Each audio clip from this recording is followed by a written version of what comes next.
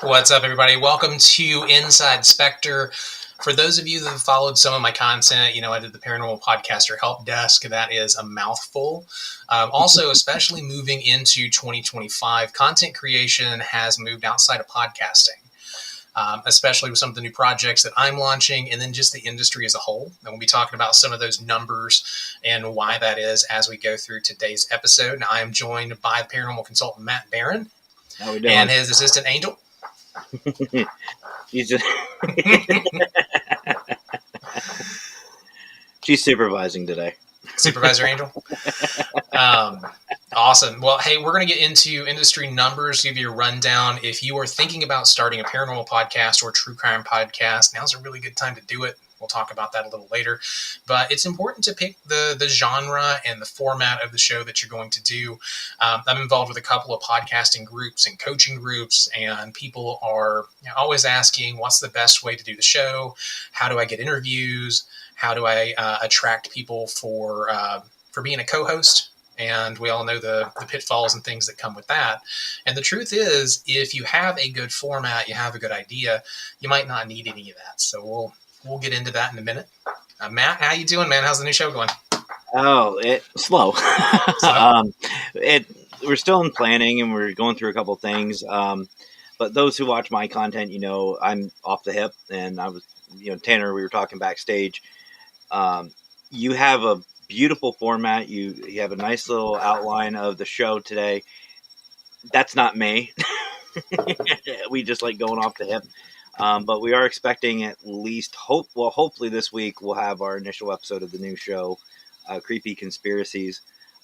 But it may be next week. We don't know. But we're going to try for this week. It's just kind of one of those when we get a moment. And a lot of shows start like that. I'll be covering.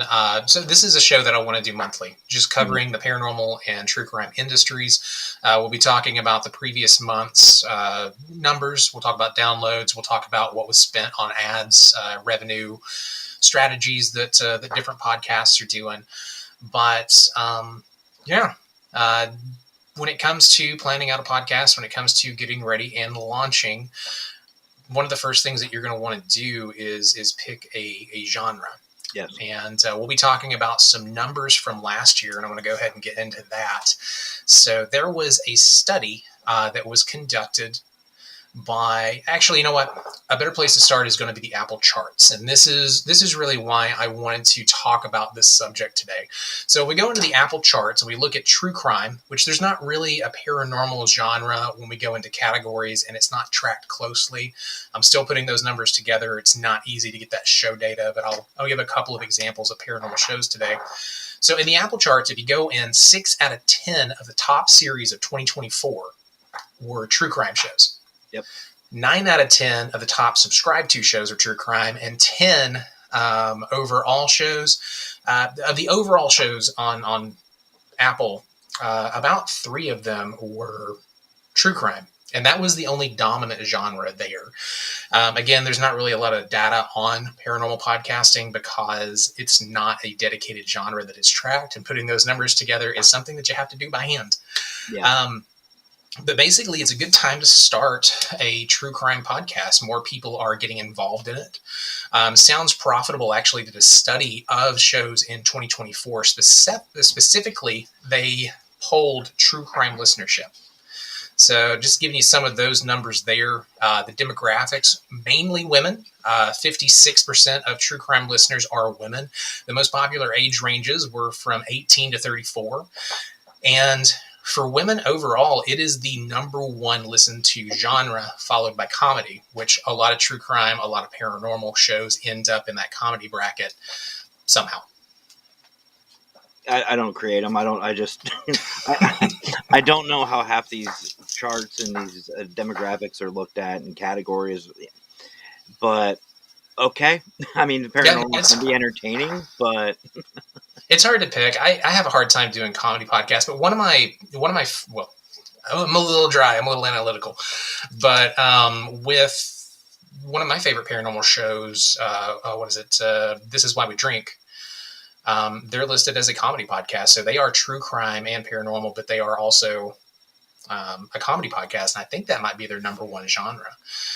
Something that I thought was interesting, the listeners of True Crime have an average household income of about $69,386. So there's a little bit of disposable income there. And that's one of the reasons why this is also one of the most supported genres by listenership. People get really invested in it. Listeners, according to the study, are listening for companionship. They're listening when they're driving in their car. They're listening to when they're doing chores. Or what I found most interesting, a large number of listeners are listening specifically when they're feeling lonely. Yeah, yeah, and I think another thing we have to consider too, especially if you're looking at creating something, is what kind of what's going on in the media. Like what's going on in the media, what's going on, what's popular at the time for like TV shows, movies, stuff like that. And I notice a lot of trends with these newer podcasts is whatever is the in topic, so to speak, is that's what it is. And I mean, we in the paranormal field, we had our spike with, ghost hunters and all them, ghost adventures. And then all of a sudden they just dropped off. And now true crime seems to be on the rise. Mm-hmm. I actually did some research on that over this weekend. I'm putting together a book and other resources for ghost hunting. It's a nonfiction book that I've been wanting to do for years. Got a large chunk of it knocked out, but something that we've noticed is just society as a whole tends to migrate. So in the turn of the 20th century, we had the rise of the spiritualist movement. We had the world's first real ghost hunters come out and start doing investigations, mostly into mediums and psychics, with the Society for Psychical Research. Yep. And we saw that dip down. We saw it pick back up with the Spanish flu, pick back up with the World War I, pick back up with World War II. Whenever there's any sort of massive events and a lot of death, we see a spike in interest in the paranormal and mediumship. The 90s was pretty flat. I think going into 2025 with paranormal, we're going to see things being a bit more like they were when I first started in the 90s and early 2000s. Before ratings got huge on shows like Ghost Hunters, and there was really a focus to that. We saw it started to wane just a little bit before the pandemic, and then it picked back up. Massive events. We're on the tail end of that now. True crime's a great way to go. Kristen and I are doing a show called Truly Odd. It's a mix, paranormal, true crime, and just everyday weirdness. And I was a private detective for 15 years, so I just have an interest in it. But something that I thought was super interesting is that listeners of true crime, and this crosses over into paranormal too, prefer a consistent podcast schedule. And this lumped in everything, just going weekly, going every other week, or going monthly. If you have a dedicated normal release schedule, 88% of listeners said that they preferred that. Compared to 64% of listeners actually listened to shows that just occasionally released episodes or didn't have a set format. And when you start out, it's hard, but you can definitely settle into it, and we'll talk a little bit about that later. But I thought those were just some interesting numbers. There was some stuff on there that was specific to show growth that I thought was interesting. As of 2024, 56% of podcasts are discovered on YouTube. Now, I've always been, if you don't want to do video, don't do video. I am audio first. All of my shows are audio only, except for the one that I'm doing right here. That is changing with more more video content. Not necessarily my shows, but I'm doing more how-to videos. I'm doing more experiment videos, and I'm doing more with my YouTube presence, so that can bring people into listening to the podcasts on Apple. I try to listen to podcasts and watch podcasts on YouTube, but the ads just absolutely kill me. Yeah, and I know, like with what you've said before, audio is really nice for people who are on the move, on the go, in the gym, or at work, just something to listen to. And like you were saying about the scheduling too, it's like a show on TV. You have a set show you always watch. It's always coming on at a certain time. It becomes a part of your routine, and I think that's where a lot of loyalties come in, and that's a great way to bring people in. But at the same time, like you said, it is very difficult. It's very difficult to get a schedule going. I mean, even with my shows, Some of my podcasts and podcasts in the past, I set on a certain day, but sometimes we all know life happens. Yeah, sorry, my cat just walked into the studio. But yeah, like life happens, and that's one of the strategies that I use. I try to do batch recording. So like I did this weekend, I went through and I wrote this massive section for the book that I wanted to do, specifically targeting aportation. I was able to take the 8,000 words that I put toward that book and pull out little things and do plan out and script an episode on aportation investigations, and plan out a segment for Truly Odd Studios, Truly Odd podcast on one particular medium who was unveiled as a massive fraud, who was caught faking aportation. And then I was also able to get a blog post out of that. So this weekend, I spent probably 10, 12 hours working on content. I got 4 pieces out of that one chunk of research. And, yeah.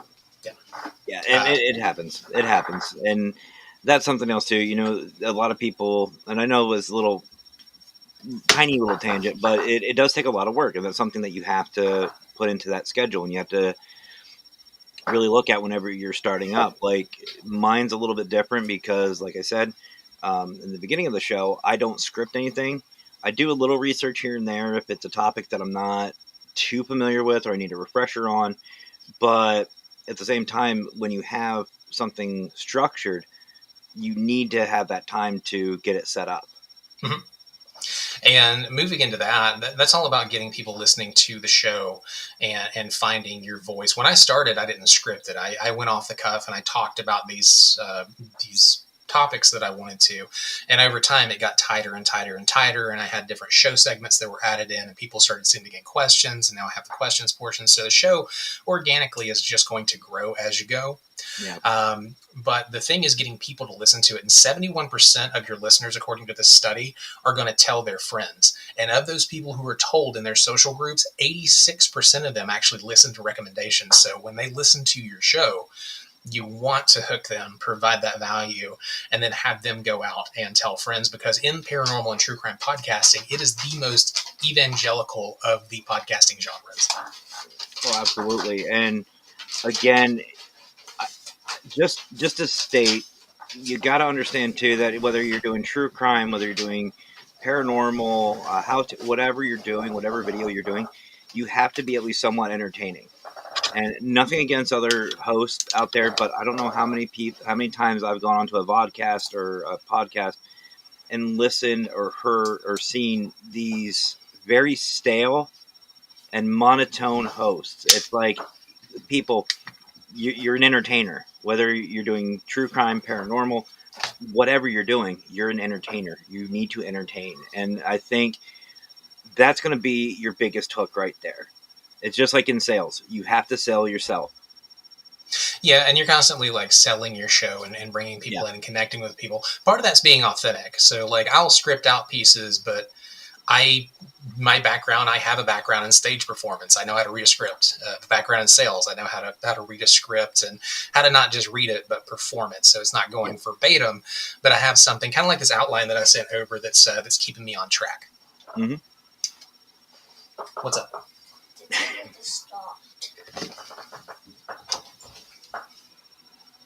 Was not planning on being home with a sick kid today. Well, see, and there again, that's you have to have that flexibility. Mm-hmm. You have to have that flexibility, and you know what? To me, when stuff like that happens, like your cat, your kid, whatever. I mean, I've got 5 cats here at the house. One of them eventually will come in the studio, whether I want them to or not. And you've got to learn to turn it and make it into some kind of entertainment. Mm-hmm. And that's for the live audience here. Like I'll cut that out when I actually edit this to put this out on my YouTube page. Like that whole section will just be cut out because it doesn't need to be there. And when I'm putting something out, when it's not live and I'm putting it out, like personally, I want to make sure it's as clean as polished as possible. Yeah. I know a lot of people out there will leave things in. A lot of people think like guys like Joe Rogan will leave everything in, but they have their own editing teams. Oh yeah. Yeah. And I think for me, that's something that I've strayed away from. And it's not because I don't want to, it's because I just don't have the time to.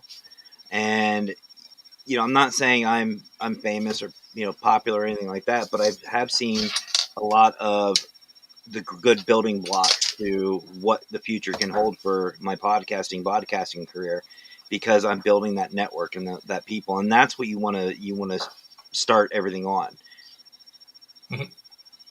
And getting on when it comes to like building the career, I know a lot of people are talking about sponsorships and ads. Diversify your income, but according to last year in 2024, the average CPM, which was cost per million, was $18. For a 30-second ad and $25 for a 60-second or 1-minute ad.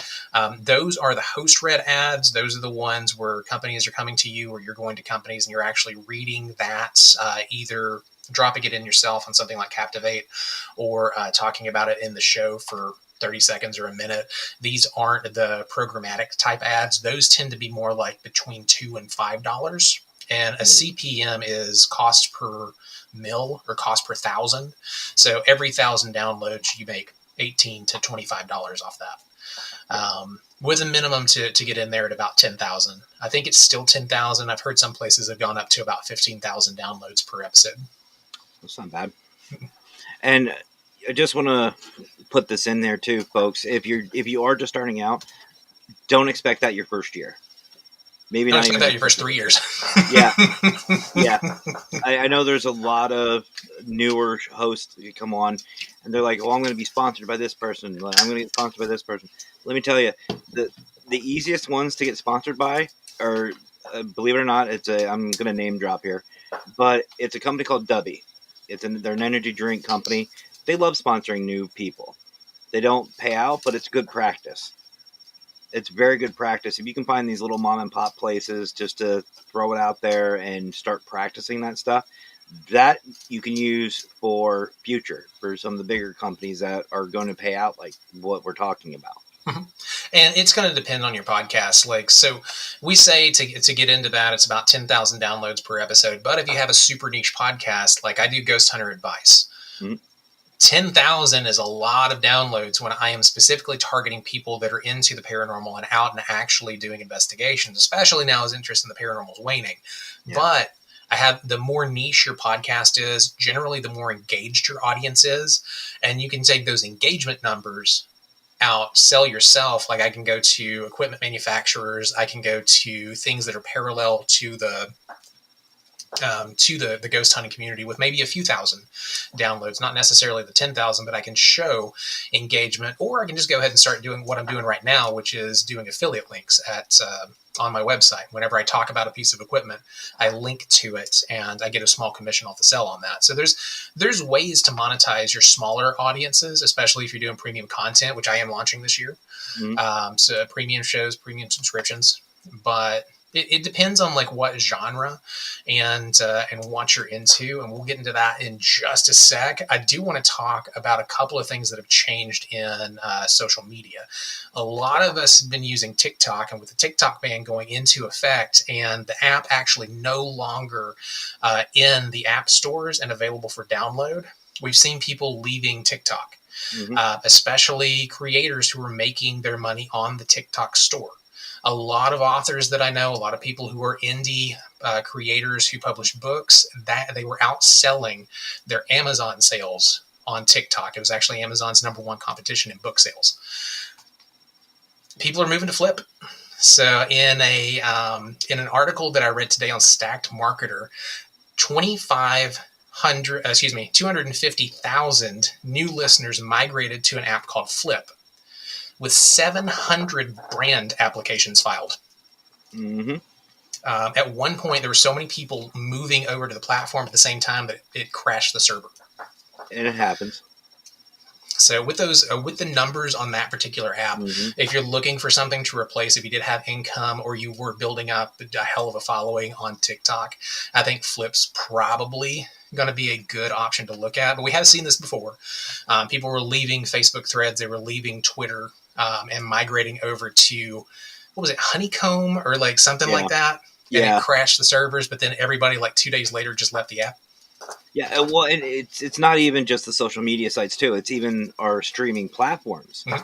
Because, I mean, we started with StreamYard, then we go to Restream, and then there's this one and that one, and there's a lot of options. And again, It depends. It depends on what you're looking for, what your budget is, different things like that. But it it's a trend, is Mhm. what it comes down to. It's a trend, and you know you've got to do your research. Like I know there's Flip. I've just started over on Clapper, Yep. and even Clapper is starting to get an increase in different things, and you can go live on there. And I think Tanner, you and I were talking about it too. There's also a radio option on Clapper. Mhm. There. You just have to do your research and find what works best for you, and just go with it. And go ahead and set up accounts. I mean, go ahead and play Yeah, around with those. I jumped on oh god, Flip today. Checked out Clapper when you were talking about it. These other social media platforms that have popped up in the past. It helps to be one of the first content creators on there if you are looking to increase listeners through social media. I mean, look at the guys that were early to TikTok who were doing shows who exploded on TikTok. The Hawk to a Girl. A couple of other like big podcasters now that have full careers in creating content launched because they were an early adopter on platforms. Um, Facebook. We've seen a migration away from Facebook in 2024. More people are finding content on other meta forms like Thread, and I think there was like a 31% of true crime listeners said that they got a lot more involved on Instagram in 2024. yep. And even believe it or not, Twitch. Twitch Yeah. started out just as video gaming and stuff like that, and that type of streaming. But now, paranormal on our side, we're starting to migrate over to there, and so are some others. It's not just the paranormal genre. I believe I've seen a couple of true crimes even. They all start out somewhere. So I know a lot of content creators look for that big name, like the TikToks, the Instagrams, and Twitters. Folks, find yourself a small one and start off there. I mean, look at what's happened with YouTube, MySpace when that was still around, even Facebook when that first started. Those people were generating any type of revenue because they started out when it was fresh, when it was brand new, Mhm. and it builds credibility. It's not just on the social media side, looking at editing tools and researching tools. So Descript is making video and audio editing way quicker. The app, I started using it a few episodes ago on my shows, and it cut out about 6 hours of editing time just by going through and taking out the and ums. And that's on audio only productions. That's not even video. Yeah. This video today, when I put it into edit, will be the first one that I edit fully on Descript to see how it does, to see if I do want to start putting out more of this type of video content on YouTube. But I will say, going back to some of the numbers from true crime and paranormal shows, if we look at one of actually it might be the most popular paranormal show, and this is why we drink. When I started pulling numbers for them, I found a resource that said on just Apple Podcasts, they had averaged just under 500,000 downloads per episode. Oh wow! On YouTube, they're averaging around 10 or 11,000 views per episode. So while video is helping a lot of people find podcasting, people aren't really consuming the podcast there. They do still prefer, you're going to get more bang from your buck, or more bang for your buck, going over and doing stuff in audio than you are on video. But a lot of that has to do with what you have time for, what you have budget for, and what you enjoy doing. Like, you enjoy video.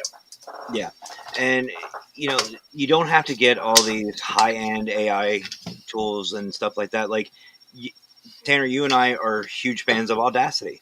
Mhm. I've been using Audacity since I started the paranormal career. I found it when I was brand new to the field, and I still use it for my investigations. It's a great audio tool. Now that I've started, branching out into video creation, and not just the podcast, but with Parabid Studios doing the intros, the outros, Phil Mora on Wondershare. I absolutely love it. I absolutely love it. It is a great tool. And it is a little complex, but it's good for beginners too. And you can do audio only, you can do video, you can do both. But again, it's just finding what are you comfortable with and making your show better. And to be honest, some people may, like myself, I still don't know why people listen to me or watch me. But yeah, but you can use those tools to actually enhance your show, and you'll be amazed on how clean and crisp and um, how professional it can sound. Yeah, and what you're doing as far as video or audio, like the tools are going to come into play too. Like this is a USB microphone; it'll do XLR, and it gets way better sound quality with XLR. But it's simpler for me to do videos with this particular microphone.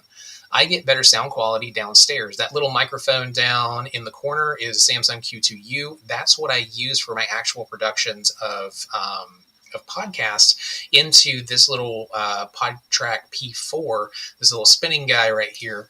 That records my audio, and then I put it into the computer. I run it through Descript. Descript takes out the ums and the ahs and the false starts and helps me basically take out hundreds of those because I'm really bad at saying when I'm recording by myself, and probably here too. Oh yeah. But yeah. Oh yeah. And I just it did. happens. I just did. It happens. And I did it it happens. again. Well, it's just like even in like when you're as a manager, when you're Mm-hmm. managing something, you never say however, or you say buts. You got to get rid of that. And it comes with practice, but you'll sit there and you'll be able to turn that into a positive, even with the us and the ums. You'll be able to flip it, and it's just a trick. And Descript does that automatically. It'll take it out of the recording, and then I drop it into WavePad and I edit it further. I master the audio. I actually still use Audacity to mix everything, put in the bookends, put in any soundscaping, and put stuff together and put the show out. But now with the video aspect, I'm thinking about using Descript to do all of that to go out to the video feeds. And then also, like when we're talking about new equipment and new things, there's also new equipment coming out. Ghost Stop just released the Solus. It's a EMF and environmental data logger. It's kind of like the ED Plus. That's what I would say it's the closest to, but it does look smaller and gives you an actual pretty cool readout on a little LCD screen. If you do want to check that out, you can head over to ghosthunteradvice.com/b/affiliate, and I've got a link to the Ghost Hunter shop there. I do get a small commission if you decide to purchase it, but that just goes to supporting the show. But this is a piece of equipment that I'm actually planning on getting and playing around with this year. I'm upgrading a couple pieces of my equipment, including getting a new NVR, upgrading to a Zoom a Zoom H1N EVP recorder, and then also getting the Solus to play around with.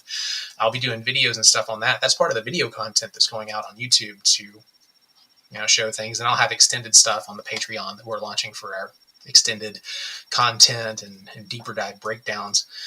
But try new equipment because there's some really cool stuff coming out that's made from investigators. And you'd be surprised. Like we were actually talking backstage, I'm more old school. I like simplicity when it comes to my equipment and paranormal equipment.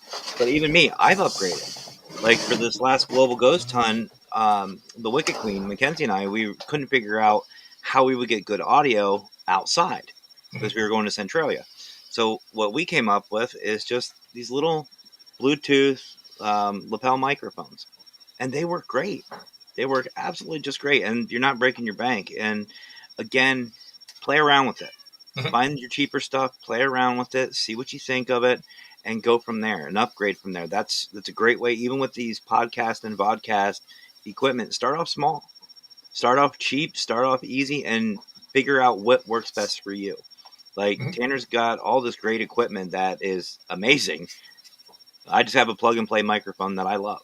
And it works just fine for me. But and if you know what you're doing, you have good mic technique. Like there's not a whole lot of a difference. It gets easier to edit, and it gets easier to take out background noise the more sensitive the microphone you get. But even with ghost hunting equipment, like I've got this guy here. If you can see it, there we go. But I've had this for I've been doing this since 2001. And this was one of the first pieces of equipment that I got. It's still calibrated. It still works great. And I still use it. This year, I'm upgrading to the digital version that came out. But I still love this thing. And you're going to find stuff like the Samsung Q2U is a $67 microphone. It's not a $400 Shure microphone. It's not anything crazy. This is a $55 microphone. You don't have to break the bank to get good studio sound. And even better than like a radio station sound, you don't have to break the bank. Video is tricky. So for the shows with doing more video, I am upgrading the cameras, upgrading the green screen, and some of the stuff that I'm using there so it looks better. And then not this year, but a part of the 5-year plan for Truly Odd Studios is to build out an actual soundproofed recording studio with studio lighting and dedicated sets to do more of this stuff. But that's a huge build out and something that is way down the road. Well, and we spoke about this on a previous show. Mhm. I mean, I started out in my car, and I started out in yeah. She watched the old videos; Mhm. they're terrible, but I watched all of them. but I started out in my car. Started out, then I went to a tent. I even recorded a couple in a tent, and then to the bedroom, and now I ended up getting where I'm at now. And again, it's a process. Don't go out and spend hundreds and thousands of dollars on equipment that you just don't use, or it's not your thing. And Mhm. it's okay. It's okay. Like to do like the how-to videos and everything we're talking about, no matter what genre it is, you may not find you're good. You're not comfortable in the lives. You're not comfortable doing the recordings. I'm not. I don't do audio. I'm going to kind of dabble with it this year. I'm going to try it. I'm more of a live stream guy. I'm not a recording like we've discussed. That may not be your thing. You may just do recorded stuff. That might be what you're comfortable with. You don't like the interaction with your audience. It may be intimidating. Mhm. So, or you just may not be comfortable doing it. Period. And the first thing you need to do is find what you're comfortable with. Yeah. I know this is a topic we started talking about this a couple of weeks ago, like the different genres inside of podcasting. You Yep. have what different genres, just ones that we'll kind of touch on that touch the type of stuff we do. You have true crime, paranormal, and then like genre slash categories that you actually select when you're posting your content. You've got comedy, documentary, hobby, and how to, and I think those are the biggest ones that we deal with. And then you have formats in there. Yeah, and a lot of people like they look at these genres and they go, okay, well, I'll just pick true crime or I'll just pick paranormal. Folks, you can do all of them, and that's just the basic list of these genres that there are. I mean, you got fishing, you got sports, outdoors, you've got mechanics, you've got a bunch of different things. It's okay to mix it up, do different ones. Like you could do like a paranormal fishing or a true crime mechanic. You can do different genres, and that's perfectly fine as long as you make it yours. Mhm. Make it yours and be confident with it. I think that's the big thing that people struggle with when they're picking their genres and when we're setting up shows. We're conditioned from social media to follow trends. So Yep. on social media, you're rewarded for doing what other people are doing, using the music that they're using, and hacking that algorithm. Guys, in podcasting, there's not an algorithm. YouTube has an algorithm. There's some things that you want to hit there, but it's not necessarily doing what other people are doing in content. It's show engagement, show length, and things like that. But it's getting off topic. Do your thing. Find something that is unique to you that other people aren't doing. Ghost Hunter Advice became successful because I was the only one doing call in and question shows for ghost hunters. I was the only one putting this content out. And I started this show because I wanted a resource that I didn't have when I started. I wanted somebody putting this stuff out. And we just didn't have that back in the late 90s and early 2000s, Yeah. the way that we do now. Yeah. And one other thing that a lot of people forget about, and I know it again, trend, is the hashtags. They're still used and they're still really good. And even if you just put in, hashtag ghost hunter, that will help. That'll help find your show. And again, word of mouth. Word of mouth. I as a live streamer, word of mouth is the way to go. If Mhm. you can engage, share, share, share. You can sit there for an hour and just say share, and eventually somebody will. Mhm. People will, because it's different, it's unique. But here we go again. You got to find how to make yourself unique, how to set yourself apart from what everybody else is doing, and be entertaining. You want people to be engaged. You want people to come back. And now, just for clarification, when Matt's talking about hashtags, he's talking about on social posts. He's live streaming to Facebook. He's live streaming to YouTube. He's live streaming to these more social platforms. On a podcast, the hashtags don't track anything. Yes. What you're going to do is you're going to set the right categories, and we're going to talk about those in a second. But you're going to get out in front of as many people as possible. You're going to use your social media to share out the audio, and that's where the hashtags and things are really going to come in. I have a website for Ghost Hunter Advice, which is right down there next to my name. And I have every page of that is just SEO stacked. And it's not like keyword stuffing or anything like that. It's high quality content, which is also geared toward generative engine optimization. So the new search engine optimization is basically making things findable for ChatGPT to pull information from. When the ChatGPT cites its sources on ghost hunting or on a topic that I've covered, I want Ghost Hunter Advice showing up in those notes so people hit the podcast. When they hit, people hit the website and the blog. When they hit the blog, they're also getting links to the podcast episode that has to do with that blog, going and listening to the podcast. And I have a high retention rate. So in Apple Podcasts, I'm able to jump in and actually see how many listeners I'm retaining. I'm able to see where they're dropping off on an episode. If I notice that 15 minutes in, I went from 90% of my listeners down to 70% of my listeners, what did I do there that they didn't like? And I'll take that, analyze it, and the next episode I do, I'm going to play around with it until I get to where I am now, where I have 80 to 90%, or 88 to 95% listen through all the way through the podcast, including those closing credits. Yep. And don't worry, folks, if you're not seeing those types of numbers right away, it comes with time. Yeah, years. You've got to find, again, what you're comfortable with and just run with it. And eventually you'll start seeing it. You'll start seeing, and I know like YouTube for the live stream side of it, YouTube will actually show you, it's called a YouTube Studio. It'll show you how long your retention rate is. And you can do the same thing that Tanner's talking about. So it's good for live, and it's also good for the recording side as well. Now, the numbers on YouTube are different from podcasts. Yes. For podcasts, I'm looking for 90s, high 80s at the absolute minimum to have people listening to my podcast, but really I'm looking for 90%. You are a god if you have higher than 55% listen through on YouTube. Mm-hmm. They're not as vested. That's another reason that I like audio. People will connect with it and listen to it longer. Videos, people are in and out. Yep. Yep, and there's different ways to mess around with it, and you can do actually both. I know, like, for example, StreamYard, you can actually download audio only, and then you can play around with that, put that out wherever you want to put it out, or you can do video and audio. It's just a matter of what you want to do, and to be completely honest, folks, do both. You're not going to hurt anything. There is no such thing as too much exposure. Yeah. At least not in what we're doing. So let's kind of get into planning out the show and talking about what some of those numbers look like for a couple of different scenarios. We got, I think, about 20 minutes left before I have to jump off. So we got plenty of time to do this. So let's talk true crime and paranormal. Those shows tend to run a certain way. And when we're talking about formats, this is where a lot of people get stuck. You can do a solo. You can do a solo show. You can have a co-host and have some back and forth. You can have it be conversational. With either one of those two.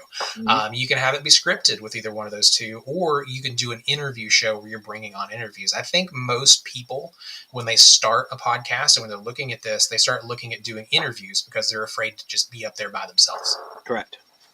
And to be honest with you, as far as the formats are concerned, I've done them all. Mm-hmm. I've done them all, and that's perfectly fine. And you can even have one show that's just you. Mm-hmm. You can start another show that has a co-host, or you can bring on interviews. You can do whatever you want. It's, again, your show, whatever you'd like to do. To be honest with you, it is better to have somebody with you, so an interview, but I highly suggest if you're starting out, find somebody. Find somebody that you click with, that you connect with really well, like Tanner and myself, or we even know like Raymond Newsom, or Brian, somebody who you have a good rapport with. Get up and just talk. Pick one topic and talk about it. And tangents happen. Trust me, they happen, and it's fine. It's absolutely fine. Exposure in front of the camera, this right here, or in front of the microphone, whatever you're doing, that's where you're going to find more. You're going to start figuring out what your niche is. Mm-hmm. And especially, well, let's say this. When you start your podcast, you have to think about what your goal is. Yeah. If your goal is to be seen as an expert and to share knowledge, an interview show is not the way to do that. No. A solo show is where you're up and you're talking. That's where you get, the money shows, the industry shows, the business shows. Ghost Hunter Advice, for the most part, is a solo show. And then I mix in interviews whenever I get into a topic that I think I have someone who knows more than I do, or I want to hear their take on it. Like, I interview equipment makers. I interview people who own haunted properties and run them as a business, either a bed and breakfast or doing haunted locations. And I bring them in to talk about those different aspects and parallels to ghost hunting. But when I'm talking about what's the best way to investigate an apportation, what's the best way to go in and investigate a residential haunting, I'm saying that, and I'm giving that information the same that I would in a book. With entertainment-based podcasts, I think absolutely the best way to go as a show host and with a co-host. Excuse me. That's why with Truly Odd podcast, it's me and Kristen, and not just me. Yeah, and like I said, I've done a mix of it, and sometimes again it happens, and sometimes you have a co-host, and some nights you're by yourself, but you have to be able to be flexible about it. And one thing, if you're just starting out, and this is something that I love to do, and I know, Tanner, you've seen me do it, engage with your audience. Mm-hmm. Make them feel like they're a part of the show. Whether you have a co-host, whether you're interviewing, doesn't matter. Make sure that you have that engagement, because that engagement, make them feel wanted, will bring them back over and over and over. There are some constants that go across all formats, and that one is one of the most important, because when people are listening to your content, go back to those numbers that we talked about earlier, and I'll drop a link to the study so you guys can see all of the numbers that were done. People are listening for connection. They're listening because they're lonely. So this is something that I had a problem with early on. I would say, you guys, and I would talk directly to the audience in plural, talk to an individual, have an individual there. So like when I'm talking about investigating apportations, I'm saying you. So when you do this, and so there's a one-to-one connection, even though it's just me talking on the microphone. If they are driving in their car, they're doing chores, or they're feeling lonely listening to the podcast or whatever, I am having a conversation with them. If you have a co-host in an entertainment podcast with Truly Odd, Kristen and I are having a conversation going back and forth. But when I address, or when she addresses the audience, we address it in the singular as you, the listener, because you're a part of this conversation, a part of this group. And not only does it give people the warm and fuzzies, it makes them say, hey, man, you really need to listen to the show. Yeah. And a great example of a host who does that, he was actually in the room. I don't know if he's still here. Jonathan Myers from Crossover Paranormal Society. He was in the room. I don't know if he's still here. He is a great example of engagement with the audience. And I know a lot of people, give me praise for that, but he in my opinion, he does it a lot better. He does it a lot better than what I do. He will literally sit there and go through every single comment, question, and he will take that time to answer. And even if you're doing an interview, what I like to do, if you're doing an interview style format, ask your guest a 2-to-1. That's the way I always do it. 2 questions to your guest, and then jump into the audience. And even ask your guest what their take is. I've done that a lot of times. They don't even have to be like John Azuna. Mm-hmm. He's come on my show, and he's an actor. He's a great actor. I've talked to him about Hollywood and how he got his start and networking and this and that. I've asked him questions on the paranormal, and it creates a nice rapport. Mm-hmm. And to be honest with you, it's a good way to network and a good way to build relationships with these people outside of that field. So if you've got, like, again, an actor on and you get a paranormal question, get their thoughts on it. And that's one of those things. It's different for podcasting. So like I said, when we're recording, I say you, I talk about my audience, or talk to my audience in the singular. With a live show, you're actually going back and forth with the audience in real time. And if you're not bringing those, at least like doing what I was doing earlier, where we're bringing these comments up on screen to acknowledge them, or taking time to at least say hi to some of them, people will lose interest very quickly. And there's some live streams. There's some big name people in the paranormal who have started doing live streams recently. and they're getting thousands of comments coming in at a time. It's not possible to get to every single one of them at that stage. None of us are at that stage, and if you're listening here, you're probably not there either. Yeah, but I'm definitely not. do what you can to involve your audience. One thing that I do with Ghost Hunter Advice is the show itself is driven by questions. Email ghosthunteradvice@gmail.com and ask your questions. Or you can go to ghosthunteradvice.com/voicemail and leave me a 2-minute message and ask a question, talk about an account, or whether you're a ghost hunter or a person experiencing a haunting. I'm going to play that and answer it on the show. I'm also going to email them back. Respond to your emails if you're a podcaster. Like, that's one of the easiest, simplest things you can do to keep your audience, whatever format you have, is answer your emails and talk to people. When you're live, you're live for a reason. You're live to talk to people, so make sure you bring them up. And when it comes to the format, play around and do multiple formats. So in true crime, you might find that you're pretty funny. And you and your host, you have comments. It's respectful toward victims. That's a huge thing for me, is make sure that you're respectful toward the victims and families. But you might find a way to do comedy like, and this is why we drink, or Two Girls, One Ghost. You might find a way to bring humor into it, so you might find more success with a comedy-based podcast. You might, when I started out, it was documentary style. I still do documentary style podcasts. I have one that's coming out as a premium podcast, but it is heavily scripted, soundscaped, and it's a documentary production going through some of history's most famous hauntings and famous contemporary hauntings, where I break down the investigation and break down different things so that it's entertaining. If you like watching documentaries and stuff on those shows, those like older shows like Unsolved Mysteries or...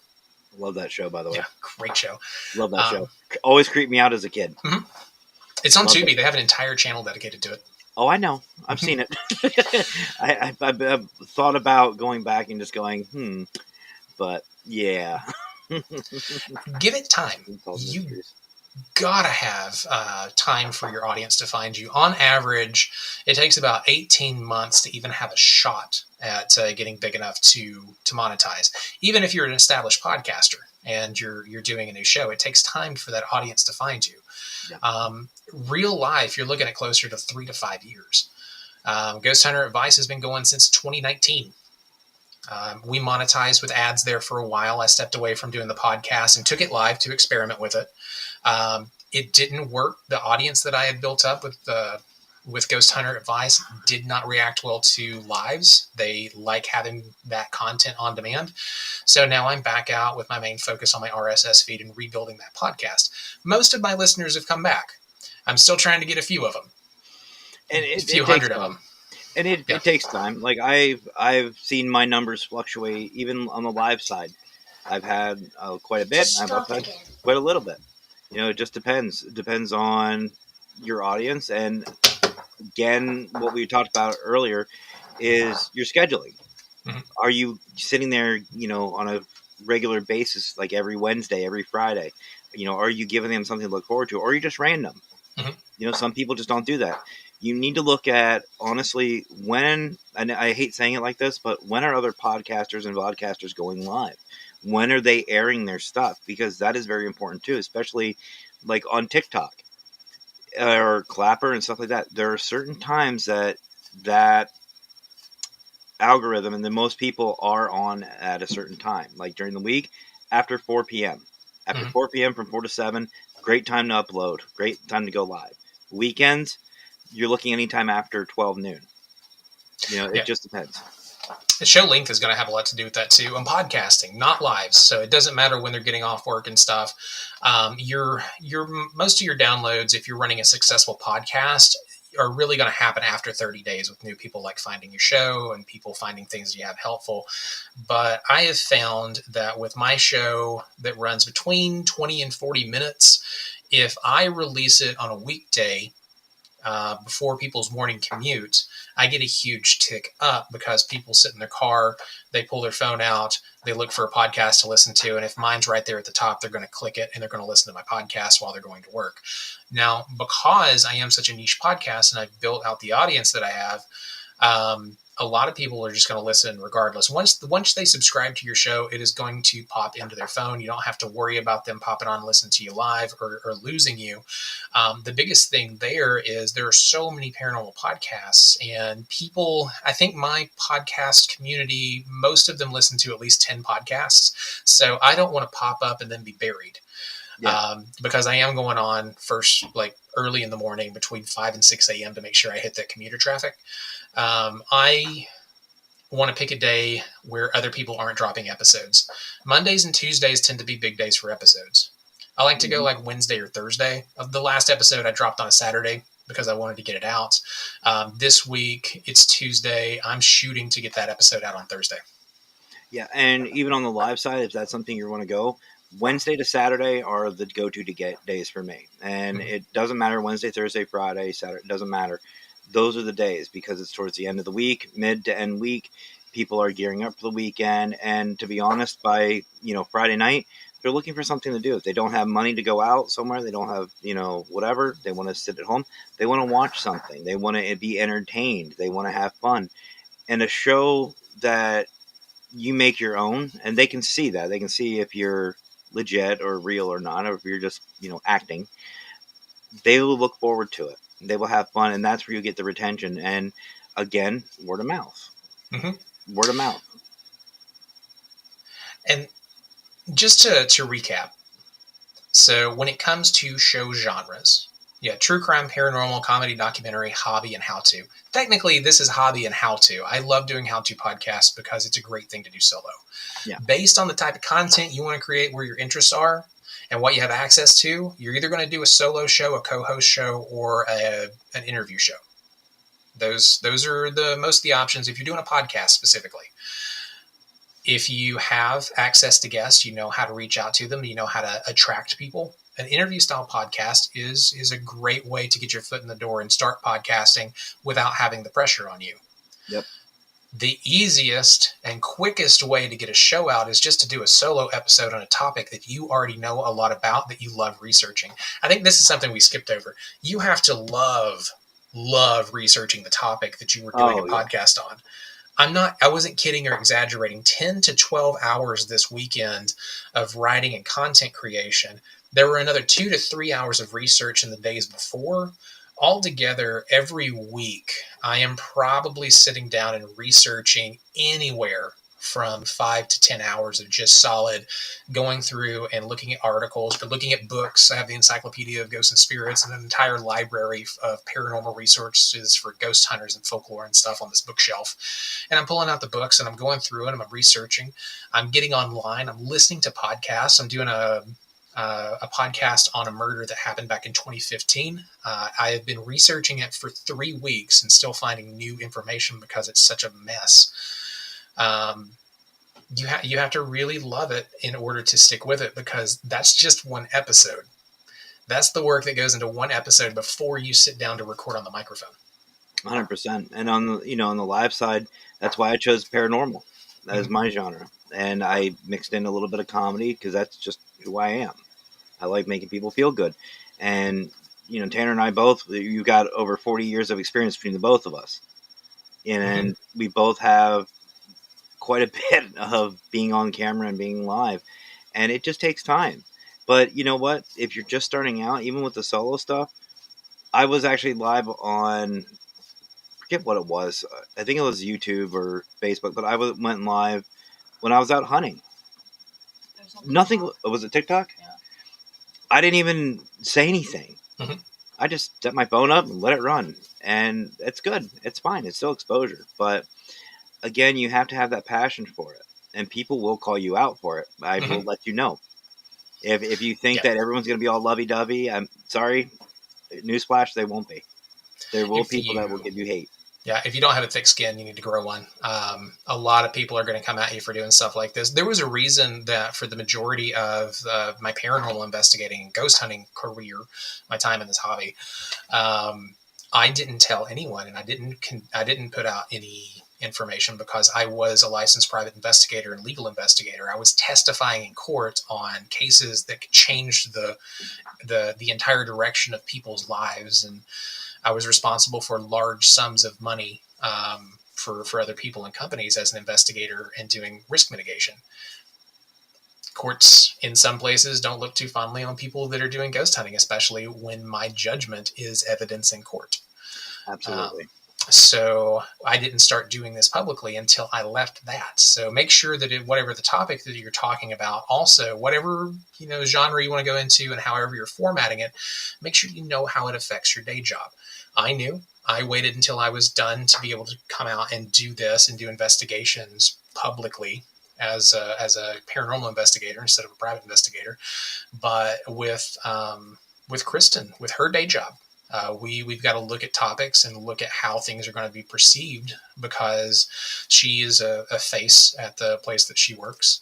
I'm still high level B2B sales, so I'm still a face at the places and companies that I work with in my day job.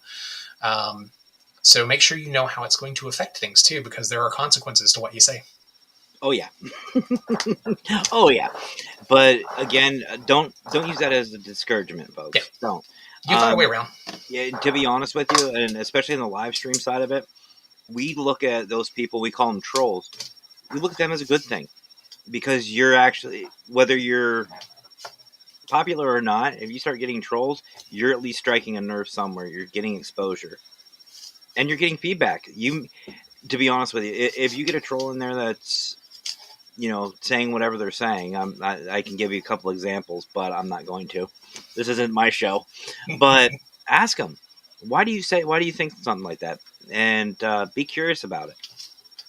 Yeah, I don't engage one-to-one with trolls. I just kind of let that roll off. One thing that I do like, and I actually picked this up from a podcast coach named Dave Jackson, go to YouTube and look for people creating the type of content that you want to create. And you don't want to mirror what they're doing, but go down to their comment section and see what people are liking and what they're saying good things about, but see what people are legitimately complaining about. Yeah. Because there will be complaints. I had people when I first started podcasting that reached out because I didn't use a microphone, and they said, "I love your podcast, I love your content, but goddamn, you sound like shit." So I got a microphone based on the recommendations of that sound engineer who reached out. See, mine was Scott, Mr. Fedora. Mm-hmm. He was the one who got me to get my first microphone, and I just had a little earpiece thing, and it sounded better. But he told me flat out, he goes, "You need something." He goes, "You've got a good show, you got a great idea, but can't hear you." Mm-hmm. Yeah, and use that feedback and go through it. And you might find like people hate entire segments of shows. You're like, okay, so I'm going to steer away from doing that. The same thing that you do when you go through and you look at your own analytics. I like to look at ratings too. If I get a 4-star or a 2-star review, I'll go through and I'll look at those, because generally a 4-star and a 2-star have feedback on what they did like and what they didn't like. 1 star is generally, I hate this. 5 stars is generally, this is great. I always look at 5-star reviews as being somebody's mom. Yeah. I want like usable feedback that I can make my show better. And over the course of what, five-ish years now of doing this show, that feedback has gone a long way into making the show what it is, especially the segments. I don't start off the shows saying, "Hi, welcome back to Ghost Hunter Advice." If you haven't already, make sure you check us out on Facebook and Instagram at Ghost Hunter Advice Podcast, and follow us on YouTube for how-to and demonstration videos. Check us out at Ghost Hunter Advice Talk, blah, blah, blah, blah, blah. Check me out, do this, click this. I noticed that I had a huge drop-off in people when I did that at the start of the podcast. So now I jump on, and the new open is, "Hey, welcome back to Ghost Hunter Advice, the show where we're talking about everything paranormal and ghost hunting, from tips on techniques and technology to blah, blah, blah." And then right into, let's go ahead and get started with some listener questions. Provide value, answer the question, show engagement. And then after that segment, I'm saying, by the way, go ahead and send your question to ghosthunteradvice@gmail.com, or head over and I'll list out, this is how to get your question on the air, and this is how to get me to answer your question. Into the topic, and maybe at some point, so between those two is where I'm putting the ad for like books and things that are coming out. But then I just go into the topic, and toward the end of the podcast is where I'm saying, "Hey, join the Facebook group so you can talk to me directly." Yep. And as far as the live stream side of it, mine's very simple. Everybody knows the "What's up, everybody." That seems to be my go-to. Everybody seems to recognize me by that, even when I'm on my personal account, and that just works for me. And it's not just, hey, what's up, everybody? You know, I put energy into it, and it feels good. I like it. And little banter, little fun, and then jump right in, and I explain what's going to happen.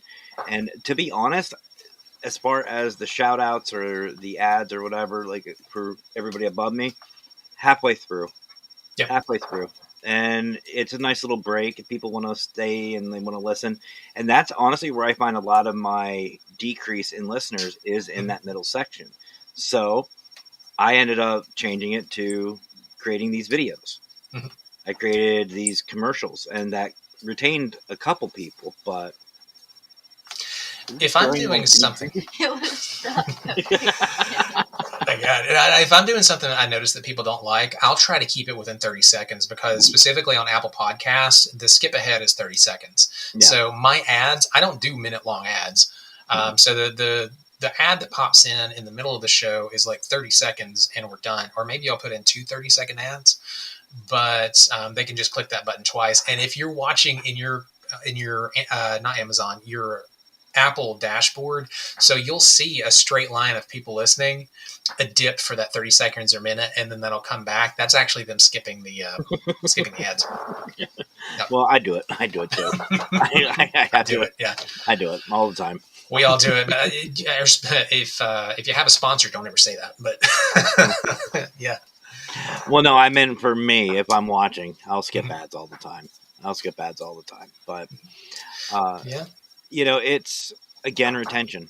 And if you know a way to stop people from doing that, let me know. Seriously, let me know. Make it interesting. There is a way. So if you were doing specifically host-read ads, if you can make it funny, more people will listen. If you can make it kind of interesting and tie into what you're talking about in the show. This is why I like host-read ads, even with doing dynamic content on Captivate. If you make it interesting, they'll listen, and they'll listen over and over and over again, and they're far more likely to go actually purchase it, which not only gets you more on this end, depending on how you worked out your sponsorship, you could get more through commissions for those sales, but also it's all about entertaining people. I put education over entertainment, but entertainment is a huge part of that. It has to be worth listening to. Like I'm talking about apportation and like how it works and how we started. I did a ton of research on this weekend, how we've investigated it for the past 150 years. To make that interesting and entertaining, I had to go back and do breakdowns of the most famous and most interesting and some of the weirdest cases involving that, so that it's not just me talking about this is how you do that, A plus B equals C, and being just a little bit too mechanical. There's some listener and entertainment value there. But just to recap, pick your genre. Know what you want to talk about. Make sure that you're passionate about it. Your show format is going to be something that you feel comfortable doing. Solo, interview, co-host. Record yourself and practice first. Before I launched my first podcast, I had my EVB recorder. I did practice shows, and I went back and I listened, and I was like, I hate that. I started cringing here, and I started fixing things before I launched that first show, so that even though the sound quality wasn't where it is today, the content was still delivered in a way that resonated with people and made people want to reach out and help me make the show better. So practice first. I will agree to that, even though I don't practice it. I'll be honest, folks. I 100% agree with Tanner. Definitely get comfortable.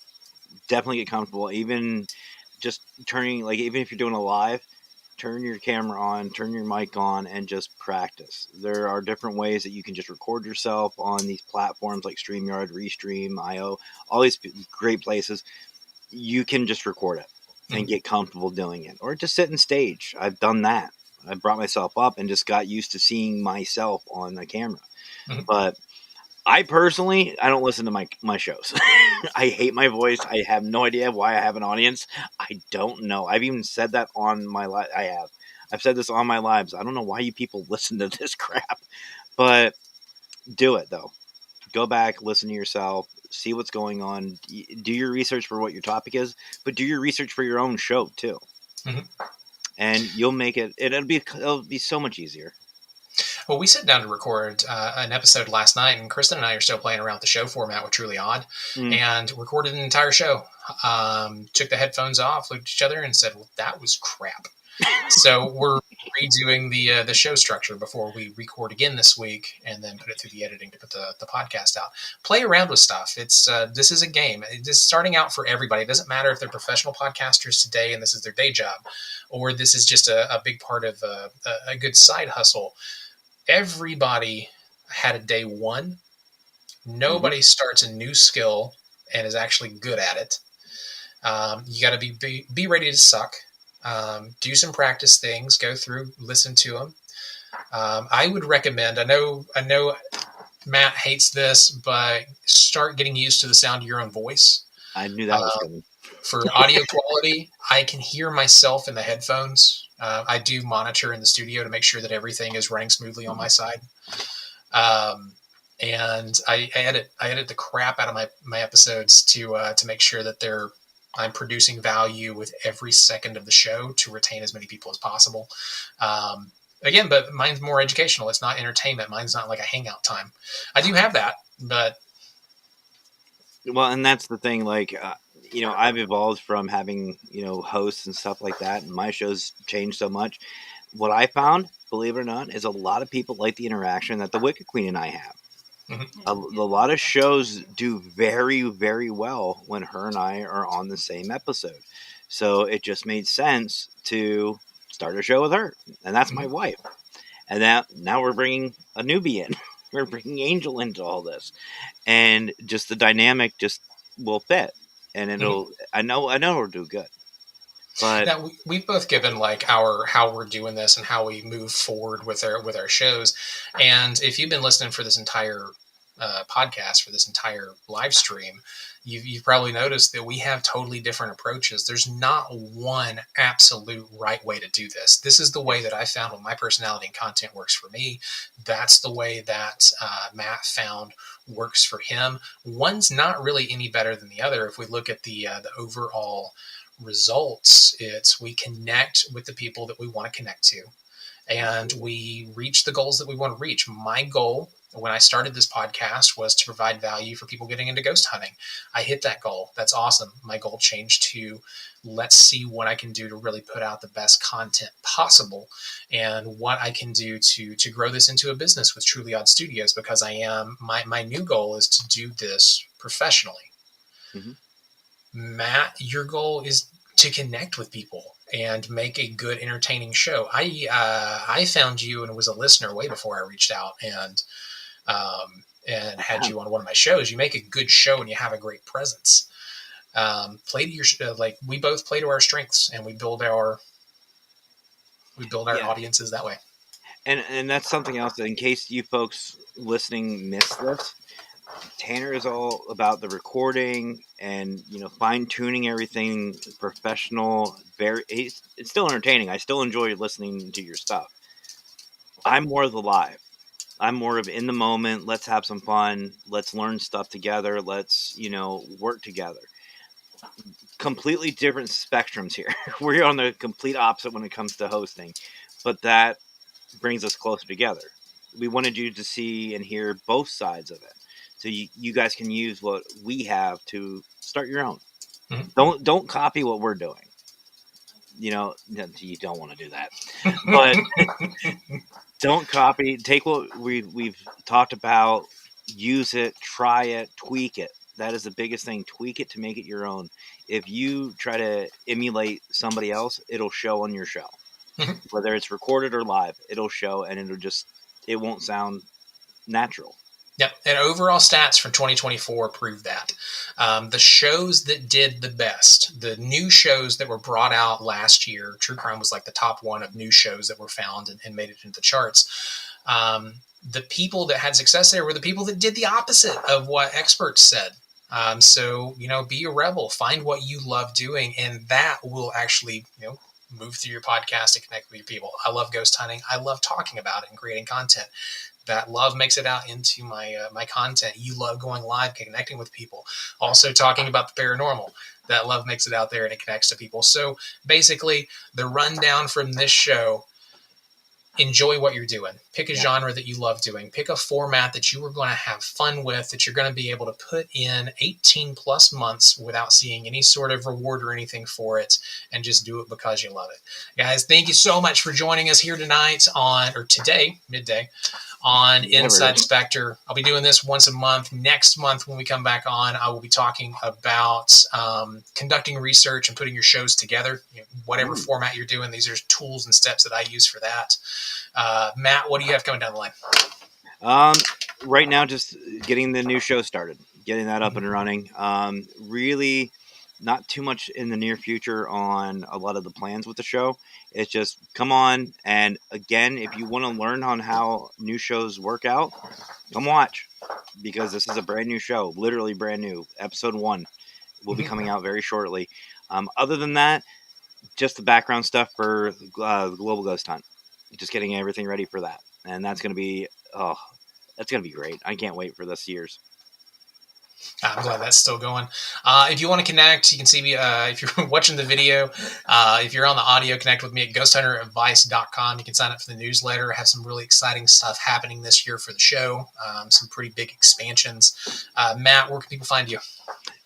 Basically, YouTube, Facebook. Just look me up under a Paranormal Consultant. We'll also have links to the new show once we get them. It'll be called Creepy Conspiracies, and you'll see not just myself, but my wife, the Wicked Queen, and our newbie Angel, our girlfriend Angel, who will be coming out and having some fun with her first time hosting. So it's going to be a definite interesting show. But yep, just Paranormal Consultant, basically, anywhere. Cool. Awesome. Well, hey, guys, I will see you next month. Unless you guys are listeners to Ghost Hunter Advice, I'll have a new episode dropping on the podcast feed later this week on